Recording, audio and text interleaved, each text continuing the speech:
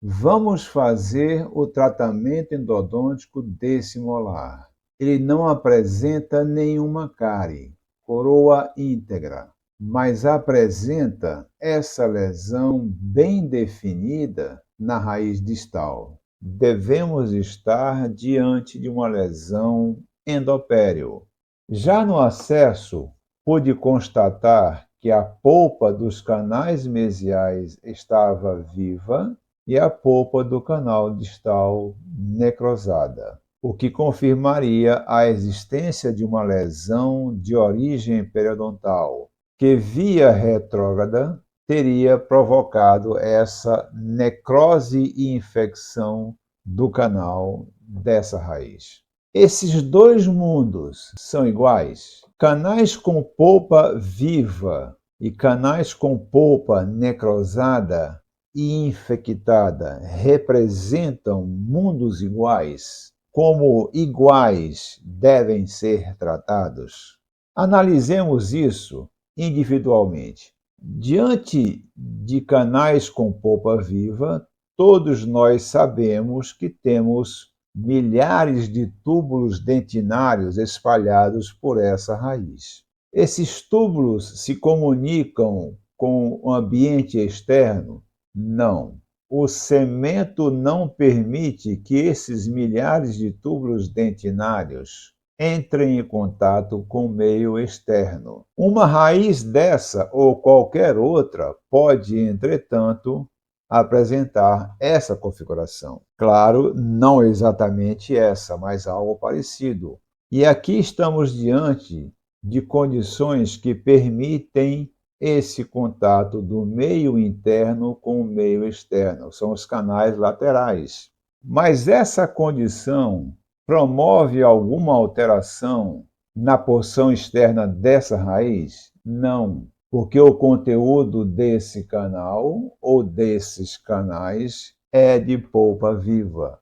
Aqui não há infecção. Aqui não há nada que se dissemine pelo sistema de canais, túbulos, canais laterais, deltas apicais. Eles não promovem nenhuma alteração na porção externa dessa raiz, pelo simples fato de que essa polpa não apresenta infecção. Portanto, se você desejar, se você achar que há condições para isso, você pode fazer o seu preparo, a sua instrumentação e a sua obturação no mesmo momento, na mesma consulta.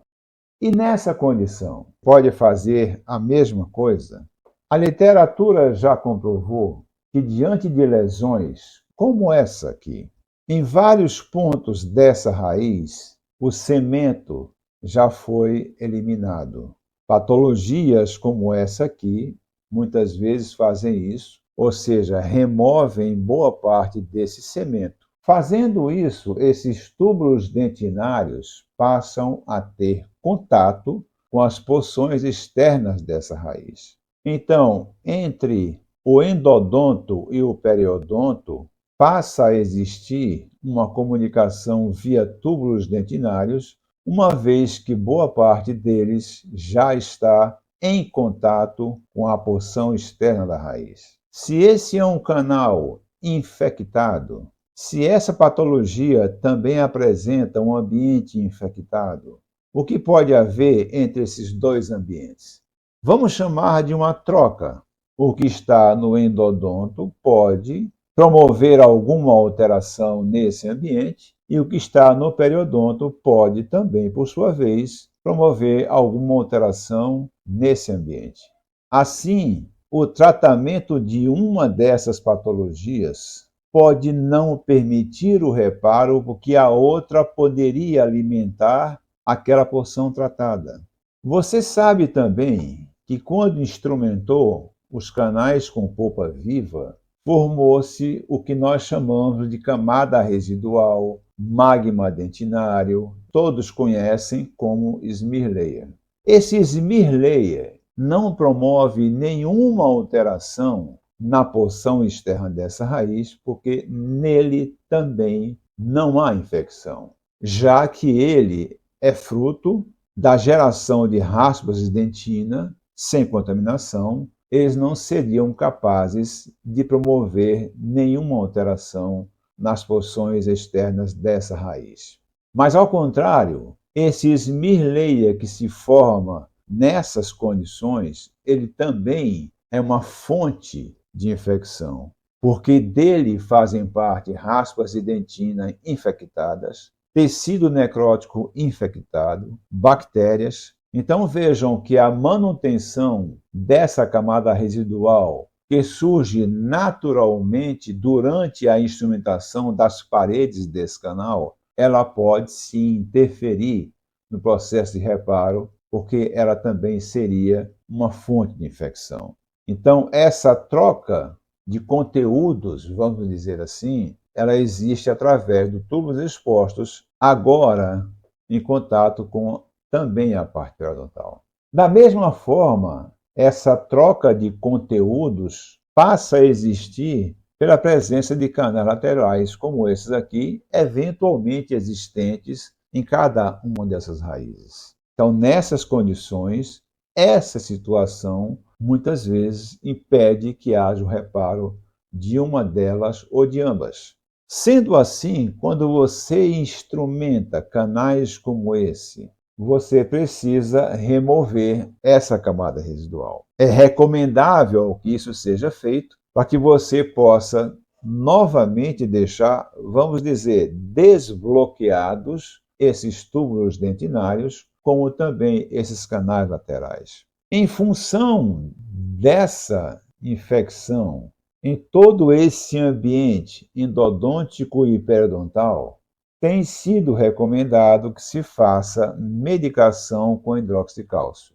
Fazendo isso, você cria um outro ambiente. Se antes havia essa troca de conteúdos, agora passa a haver, num sentido único, uma mudança importante para o processo de reparo. Trabalhos comprovam a alteração do pH dessa porção externa da raiz, que é um pH ácido, adequado para a sobrevivência microbiana, particularmente das bactérias. E nessas condições, o hidróxido de cálcio teria a capacidade de trazer um pH algo em torno de 10, o que já é bastante desfavorável a essa sobrevivência bacteriana. Trabalhos mostram isso, que com o cemento presente, o pH não se altera quando você usa hidróxido de cálcio no canal. Mas diante da ausência dele, lembrem que o cimento teria sido removendo em alguns pontos dessa raiz pela própria patologia periodontal. Então, através da exposição desses túbulos agora em contato com esse tecido periodontal, o hidróxido de cálcio promoveria uma alteração do pH anteriormente ácido e agora alcalino, que torna o ambiente desfavorável à sobrevivência bacteriana. Fazendo essa terapia específica para um ambiente de contaminação, você pode gerar mudanças que criam condições bem mais favoráveis para que o reparo aconteça.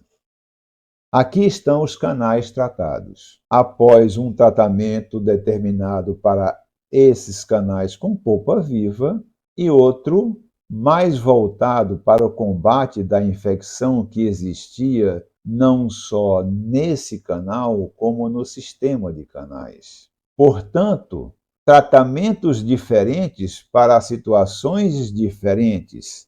Acompanhe comigo agora o que ocorre diante desse tipo de tratamento. Observem o reparo numa condição bem interessante. Diante do que existia aqui, uma lesão que não era de origem endodôntica, as chances de reparo, que segundo a literatura não existiam e não existem, mesmo diante dela, o processo de reparo parece bem satisfatório, bem interessante, sem que houvesse uma intervenção periodontal.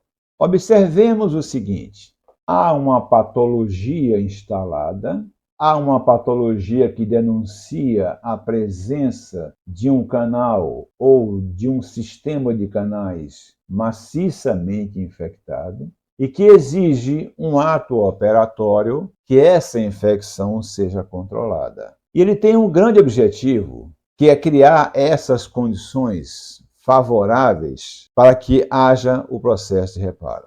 E esse objetivo parece ter sido alcançado. Mas observem que aqui não se está pensando em ato operatório pela imagem radiográfica que ele possa produzir. Nós podemos dizer, e eu me permito isso, que esses canais estão bem instrumentados, bem preparados, respeitando as duas raízes em termos de proporcionalidade de preparo, de desgaste, de diâmetro de canal, de conicidade do canal, com a sua estrutura. Então, o ato operatório cumpriu as suas funções, digamos, mecânicas, e se torna algo agradável de se ver numa imagem radiográfica. Mas muito mais do que esse objetivo, ele cumpre um objetivo biológico, que é o de controle da infecção.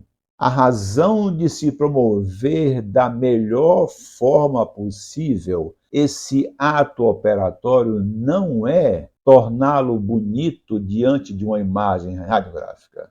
A sua razão de existir é cumprir um objetivo que é a razão pela qual existe endodontia e existe tratamento endodôntico. É de cumprir um objetivo biológico, de criar as condições mais favoráveis possíveis para que haja reparo. Reparo esse não promovido pelo preparo do canal que eu fiz, mas promovido pelo organismo, ao se deparar com as condições mais favoráveis para que ele, o organismo, promovesse o reparo.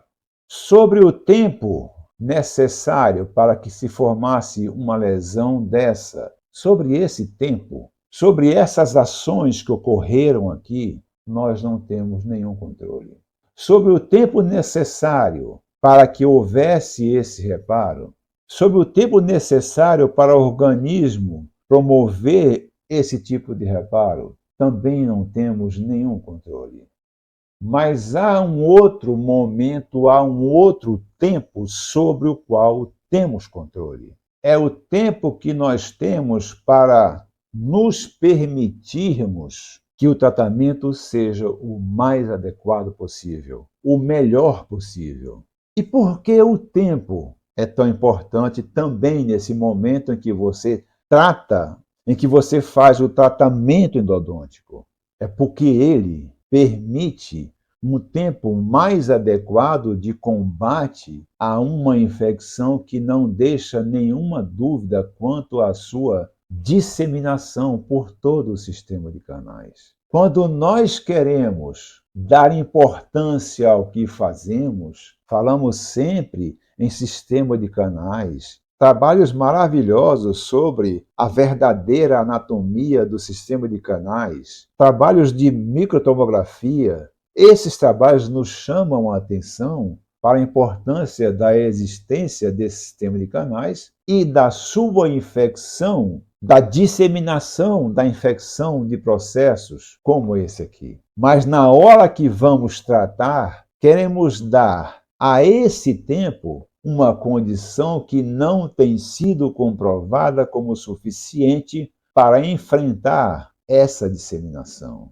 Porque o que fazemos em termos de instrumentação mal dá para combater a infecção que existe na luz do canal. Então, se não temos condições para influenciar no tempo em que isso aqui se forma, se não temos condições de influenciar no tempo que permite que também esse reparo aconteça, temos condições de exercer uma influência muito grande nesse tempo que utilizamos para fazer, de fato, um tratamento endodôntico que vise cumprir aquele compromisso, aquele objetivo biológico, que é o de exercer controle de infecção e, assim, criar as condições mais favoráveis para que ocorra o reparo.